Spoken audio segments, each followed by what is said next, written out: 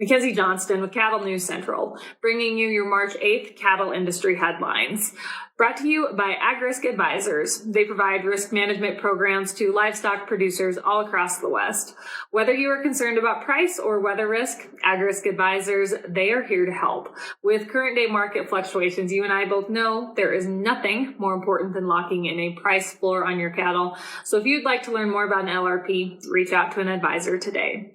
Also sponsored by American Beef Producer Magazine. They offer in-depth articles on a wide variety of topics within our industry. They feature award-winning photography and so much more within their publication. If you'd like to check out their most recent edition, their March edition, I encourage you all to click on the American Beef Producer link above in the caption.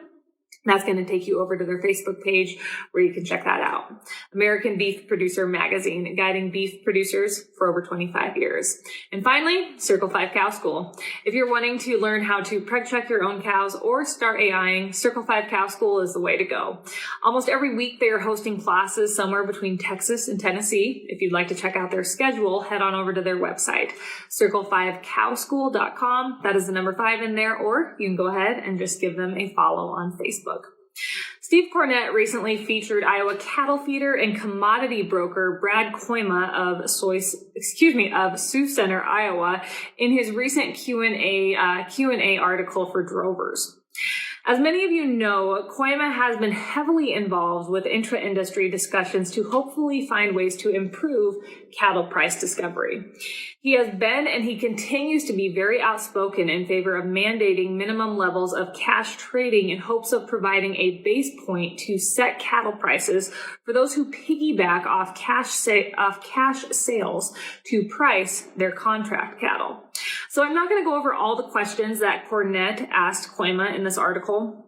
It's pretty lengthy. I encourage you all to check it out, though. It is a very well-written article, I guess you'd say, but it's not written by Cornett. It's basically Brad's thoughts all laid out in this article, and Brad does a fantastic job of explaining his stance, his thoughts, what we need to do to improve our cattle markets, what we need to do to improve cattle price discovery, all of that. I did post this article on my Facebook page, so all you got to do is scroll down on my Facebook page and you can find it. But I'm just going to hit the high points of this article, go over that, and that'll give you a gist of what it's all about, hopefully. So Cornett first asked Kooima how he is so sure that more spot trading will improve cattle prices when Stephen Kuntz and Texas A&M University economists claim that we have enough cash trade. These studies have produced legitimate results. Why can't we just rely on their recommendations? So according to Kooima, back in November of 2021, we saw some interesting fundamentals with slaughter levels exceeding levels we hadn't seen for almost 3 years. We had average weights above the year before, and boxed beef dropped over $25 per hundredweight at that time. At the same time, we saw cash prices improve anywhere in between $12 to $15. The industry saw this improvement in cash prices because negotiated cash cattle was also higher than previous years at that time. Kooima would like to see a study that uses current data and question what the cost is to the cash market and cash trader as the number of AMAs increase. That would be a heck of a study. According to Cornett, after NCBA launched their voluntary program, there was a lot more trading in commercial yards. So if this is the case, why does our industry need mandates to increase cash trade?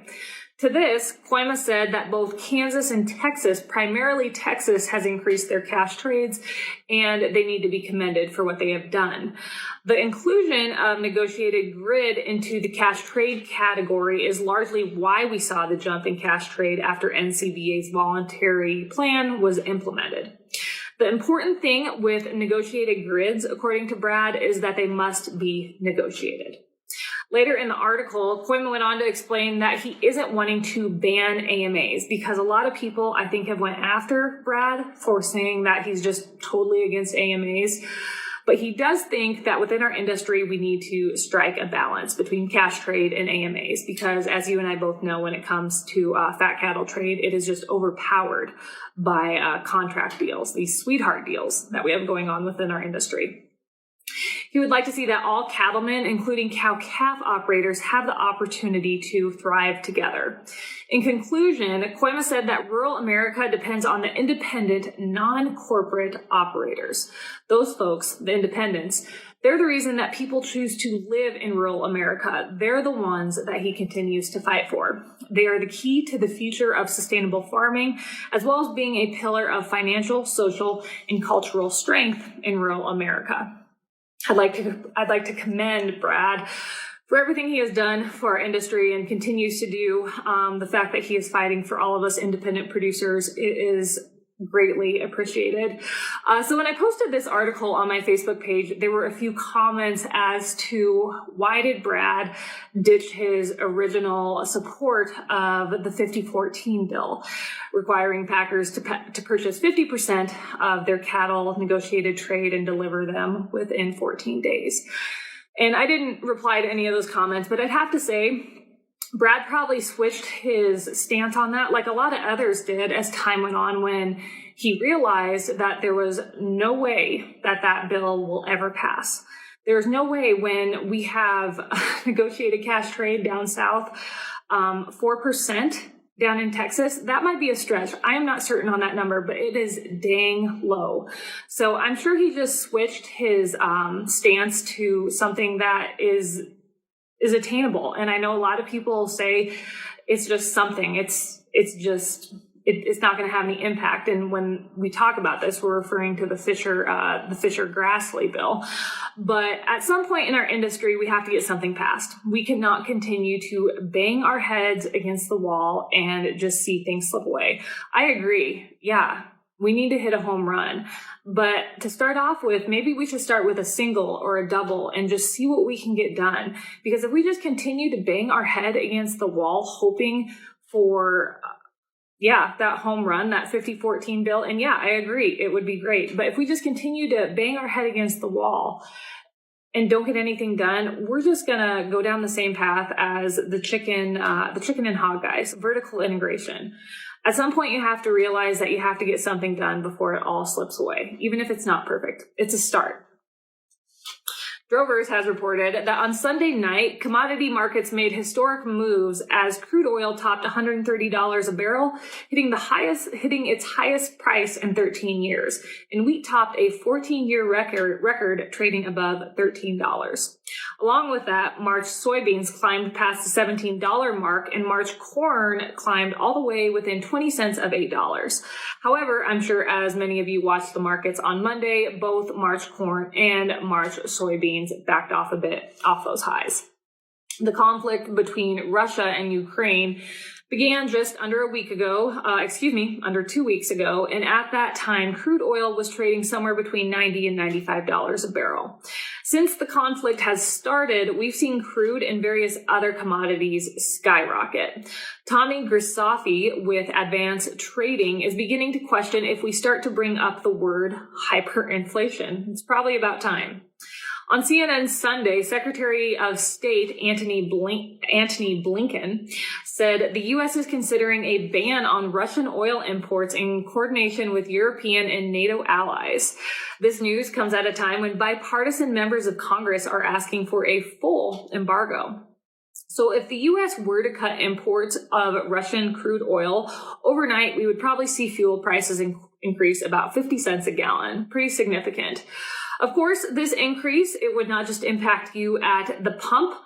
It would fuel inflation across the board, from food to parts to clothes to equipment to shipping costs on anything you buy online to everyday products you use. Everything is going to go up because of this fuel increase, as we all know. And I have talked a lot in the past week, 2 weeks, about how we continue to essentially finance the Russian war machine by continuing to buy oil from them. I don't think we ever should have started in the beginning. We should always be energy independent, but that's a conversation for a different time.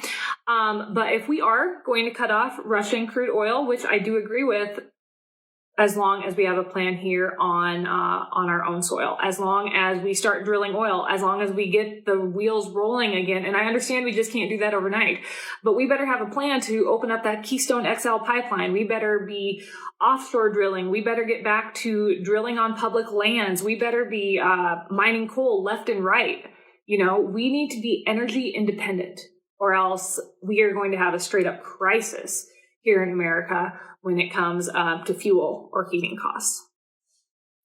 Finally, Successful Farmer has reported that on March 5th, USDA's Animal and Plant Inspection Service, also known as APHIS, confirmed highly pathogenic avian influenza, also known as HPAI, in a commercial lay flock in Cecil County, Maryland.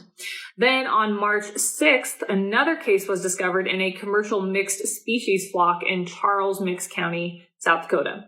Both of those flocks are currently being depopulated. The USDA has not released how many birds in those flocks will be affected by this depopulation. With these two flocks reporting HPAI, the total number of U.S. states currently dealing with bird flu outbreaks is 12, including outbreaks in Missouri, Connecticut, and Iowa just in the last week. According to the most recent APHIS and World Organization for Animal Health data, the total so far for depopulated birds in the U.S. may be as many as 2 million. That is all I have for you guys this morning. I hope your week is rolling right along. You guys have a terrific Tuesday. I'll catch you later.